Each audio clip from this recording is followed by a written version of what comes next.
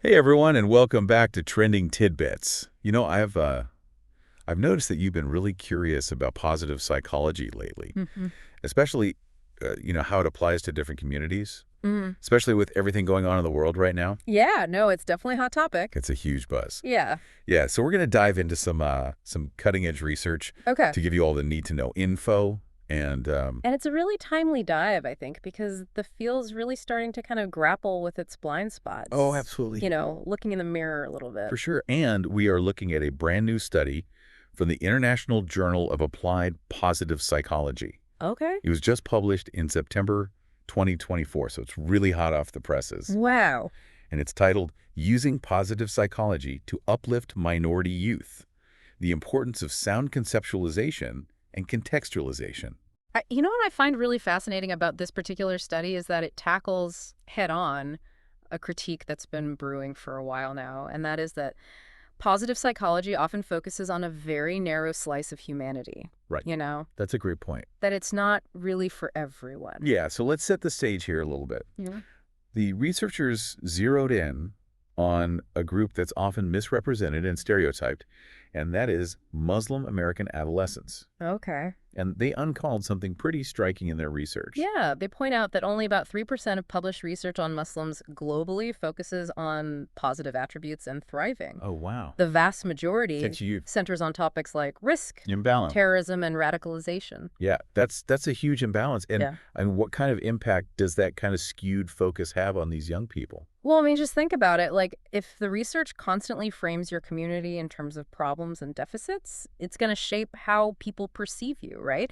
It can perpetuate these harmful stereotypes and reinforce existing biases. Yeah, and for Muslim American youth, they're already facing discrimination based on their religion and ethnicity. So it's like adding another layer of difficulty on top of that. Exactly. So Okay. the researchers are calling for a more nuanced, contextualized approach to studying positive psychology, Okay. especially when it comes to minority groups. That makes total sense. Yeah. So how do they propose we do that? Like, what does positive psychology done right actually look like? Well, they focus on three key areas. The Right. first is conceptualization. And this is really about moving away from imposing Western definitions of things like happiness and virtue. So instead of assuming that everyone defines those the same way. Right. Researchers need to actually collaborate with communities to understand what these concepts mean in their specific cultural context. Uh-huh. So, for example, the paper unpacks the concept of shukr, which is gratitude in Islam. Now, I know we talk a lot about gratitude and positive psychology, but how is shukr different? Well, while it definitely involves thankfulness, shukr has a much broader and deeper meaning. Oh, It's not just about, feeling grateful for good things that happen to you, Mm-hmm. but it's about recognizing a deeper purpose, even in the midst of, really difficult times. So it's really tied to a sense of faith and trust in a higher power. Exactly. That's a really different lens. It is, and it really highlights how crucial it is to understand these subtle but really important differences when we're talking about well-being across cultures. Yeah, I'm starting to see how just assuming that everyone has the same definition of happiness could really skew the research. Absolutely. Yeah. And that actually leads into the second key area that they highlight, which is methodology. Okay. They argue that we need to go beyond simple surveys and embrace methods that capture experiences as they're happening in real time. So what would that look like in practice? Well, one example is what's called the experience sampling method, Okay. or ESM. ESM. Okay. And this involves, prompting individuals to report on their feelings and experiences at various points throughout the day. So instead of saying like, hey, how happy were you last week? It's more of a moment by moment. Right. More Yeah. of a live feed Okay. instead of a delayed snapshot. Gotcha. And the researchers actually use ESM to study Muslim American teens during Ramadan, Oh, wow. which is, of course, a time of heightened spiritual significance. That's really interesting. I'm curious, what kind of insights did they gain by using this approach? Well, they were able to see how the teens' character strengths fluctuated from day to day in relation to the practices of Ramadan. Okay. So, for instance, they found that levels of sabr, which is often translated as patience, Okay. tended to increase during the fasting hours. So by studying them in the context of their lived experience, they were able to get a much deeper understanding of how their character strengths are influenced by their faith. Exactly. That's fascinating. And this leads us to the third key area, which is contextualization. And I have a feeling you're going to say we can't just study people in a vacuum. You read my mind. We have to consider how individual experiences are shaped by these broader social and political forces. So things like current events, cultural norms, political climates, all of that plays a role. Absolutely. And in fact, the researchers actually had to adapt their own study design to account for the ongoing humanitarian crisis in Gaza. That's a really powerful example of how those real-world events can't be separated from personal well-being.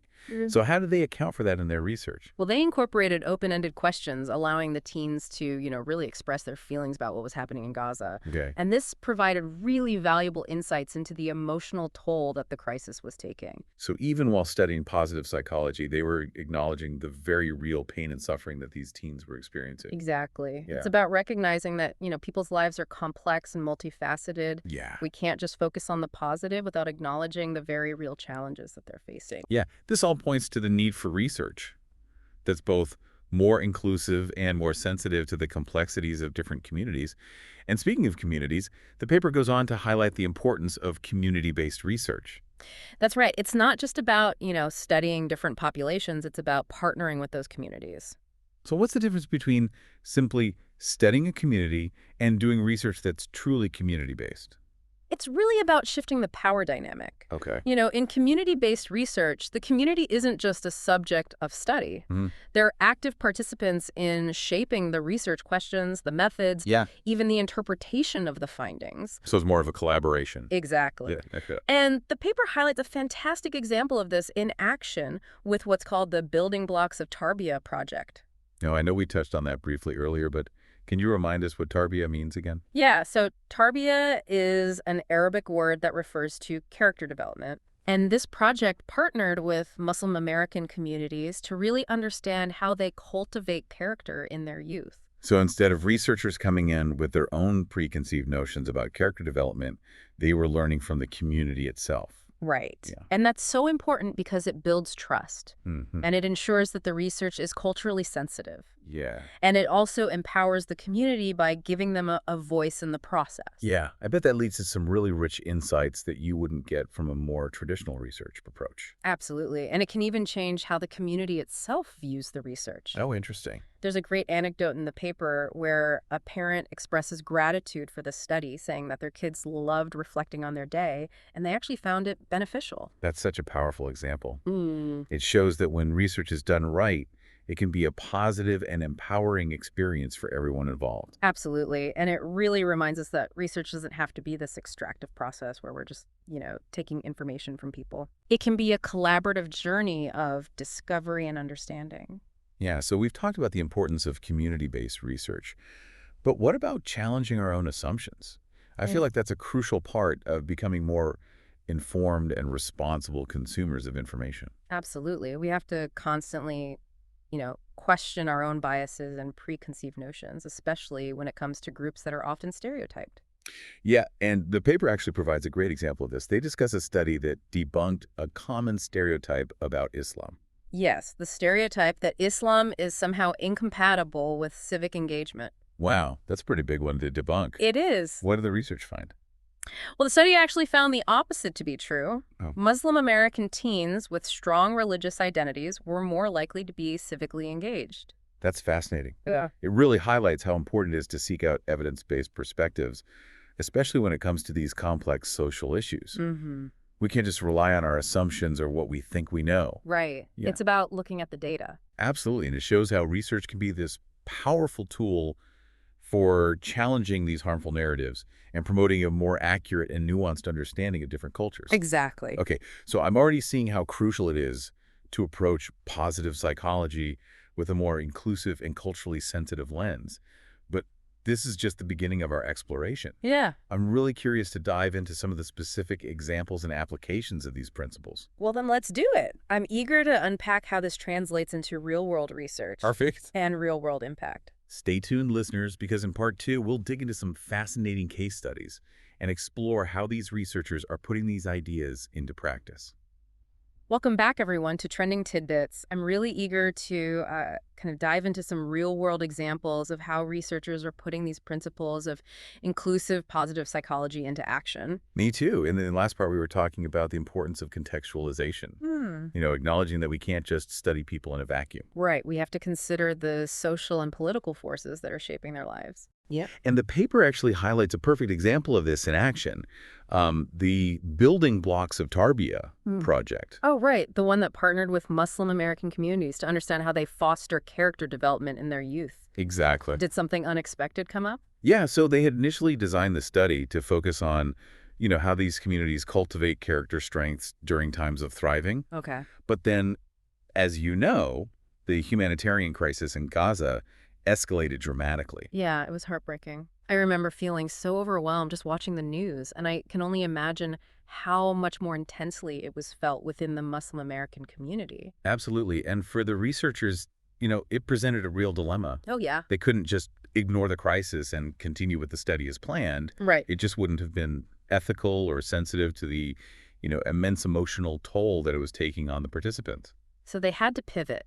How did they adapt their research to acknowledge what was happening in Gaza while still staying true to their study goals? Well, they made a really thoughtful adjustment to their approach. Okay. They added these open-ended questions to their surveys, Right. allowing the teens to really express their feelings about the crisis. Oh, that makes so much sense, giving them that space to process their emotions and share their perspectives. What kind of responses did they receive? Some of the responses were incredibly poignant. The paper actually quotes one 13-year-old who wrote about feeling guilty for having, a comfortable life while other kids their age were suffering. Wow, that really underscores how deeply personal this crisis was for these young people. Mm. It wasn't just a news story happening somewhere else, it was impacting their sense of self and well-being. Yeah, and for the researchers, it provided these invaluable insights into the teens' resilience, Right. despite the pain and the grief they were experiencing. Many of them also reported feeling this heightened sense of gratitude for the blessings in their lives. That's incredible. It shows how, even in the midst of tragedy, people can still find strength and meaning. Yeah, and it also demonstrates that, positive psychology isn't about ignoring suffering or pretending that everything is fine. It's about recognizing the full spectrum of human experience, Mm-hmm. including the difficult emotions, and understanding how people navigate those challenges. This whole story really highlights the importance of being flexible and responsive in research. Yeah. They could have just stuck to their original plan, but by adapting to the circumstances, they gained a much richer understanding of the teens' experiences. It's a great example of how research can be, most meaningful when it's both rigorous and compassionate. Yeah, I love that. And I think it speaks to a larger trend in positive psychology, moving away from a purely individualistic focus and recognizing the importance of social and political context. Right. It's like we were talking about earlier, the need to contextualize our understanding of well-being. Exactly. And this shift is also reflected in the researchers' recommendations for future directions in positive psychology research. I'm all ears. What are some of the key areas that they highlight? Well, they emphasize the need for more culturally and religiously informed theories and frameworks. Okay. For too long, positive psychology has relied on these models of well-being that are primarily based on Western individualistic values. So instead of assuming there's this one-size-fits-all definition of happiness or well-being, we need to consider how those concepts are understood and experienced in different cultures. Precisely. They also highlight the importance of developing research measures that are culturally sensitive and relevant. Yeah, you can't just take a measure developed for one population and assume it'll be valid or meaningful for another. It's like trying to measure temperature with a ruler. Right, exactly. The tool just isn't designed for the job. Exactly. And they also advocate for more research that challenges these existing psychological theories that are primarily based on weird populations. Okay. We need to put those theories to the test and see if they hold up when applied to more diverse groups. So instead of assuming that findings from one population automatically generalize to everyone else, we need to be more critical and cautious. Exactly. And finally, they urge researchers to use their findings to amplify the voices and experiences of marginalized communities. Research can be a powerful tool for social justice and positive social change, but only if it's used responsibly and ethically. That's such an important point. Yeah.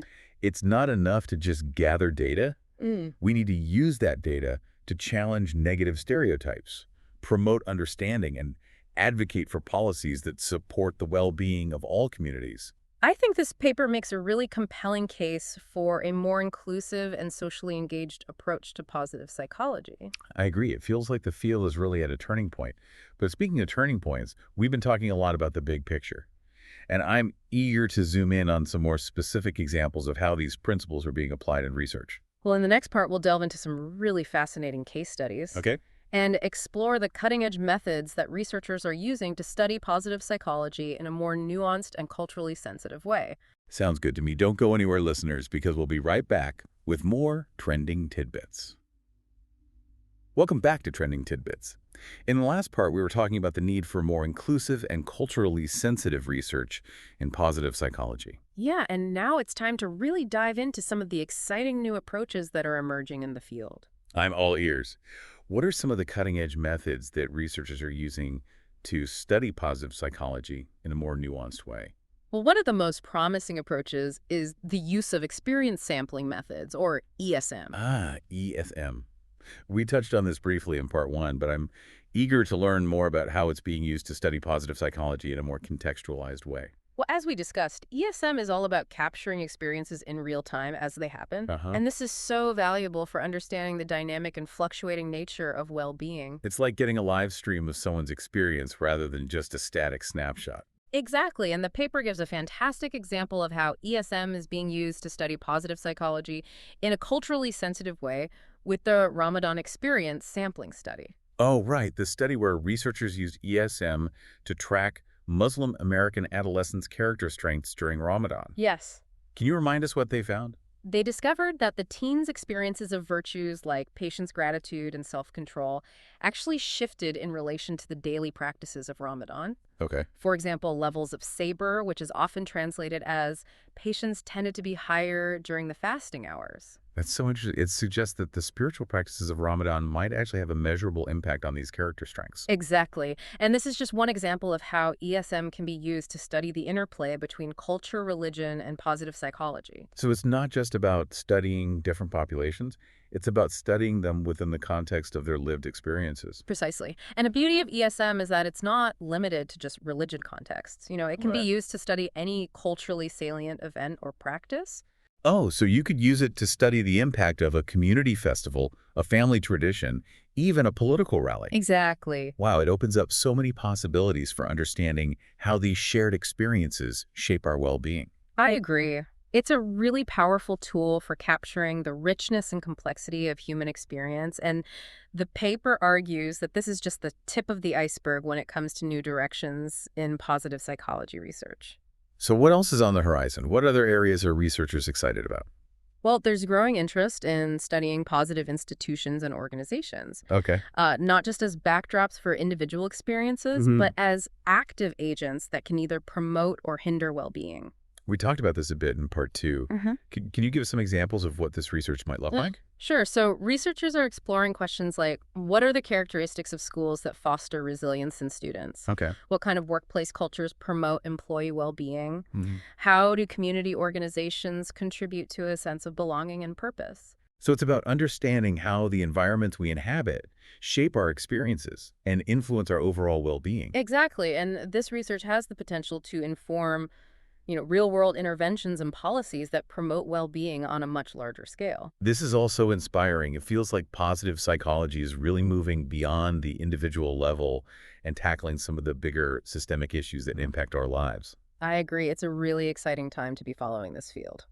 So as we wrap up our Trending Tidbits deep dive into positive psychology, what's the biggest takeaway you hope our listeners walk away with?